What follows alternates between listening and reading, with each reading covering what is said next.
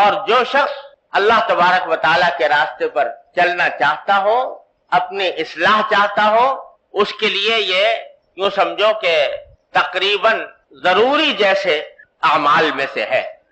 کہ رات کی نماز کا کچھ حصہ وہ پائے، کم از کم اس کا عادی بنے۔ البتہ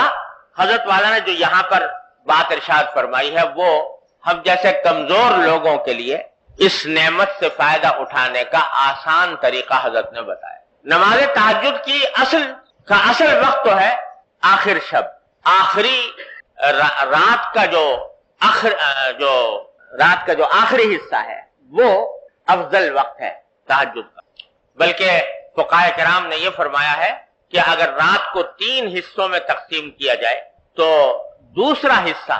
تہائی حصہ یہ افضل ترین وقت ہے کہ آدمی اس وقت میں تہجد پڑھے، پھر چاہے بعد میں سو جائے اور پھر فجر کے لیے اٹھے۔ اور اگر رات کو 2 حصوں میں تقسیم کیا جائے تو آخری حصہ جو ہے وہ زیادہ افضل ہے تہجد کے لیے۔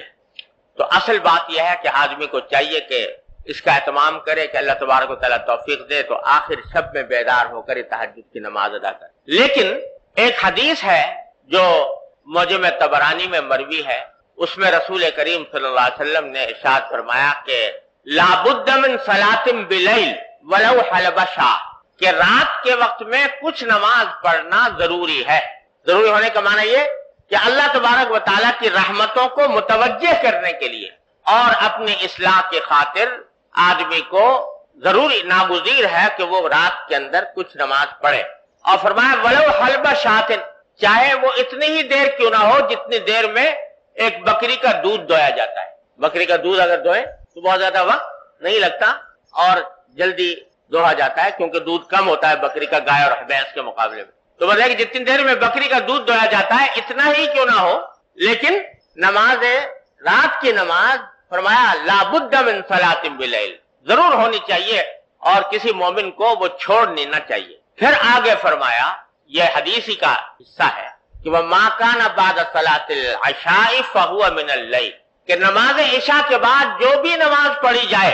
وہ صلاۃ اللیل میں داخل ہے، تہجد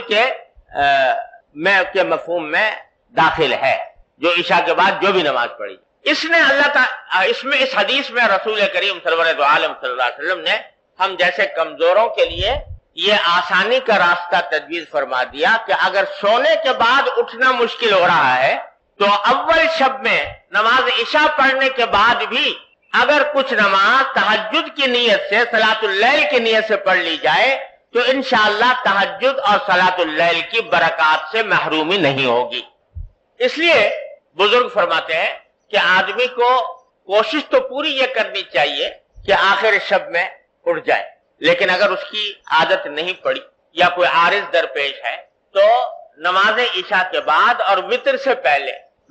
پہلے اور عشاء کے بعد کچھ رکعتیں پڑھنے کا معمول بنا لے بنیت تہجد بنیت صلاۃ اللیل۔ وہ تو روزانہ پابندی سے پڑھے، ساتھ ہی کوشش کرتے رہے کہ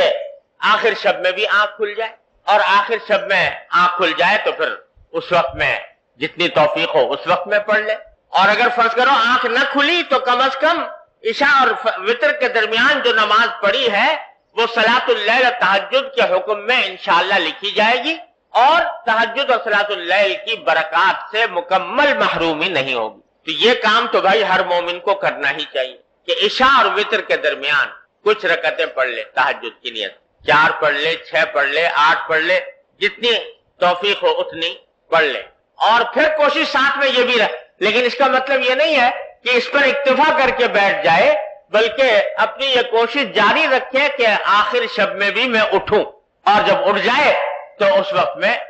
وقت کی نماز بھی ادا کر لے۔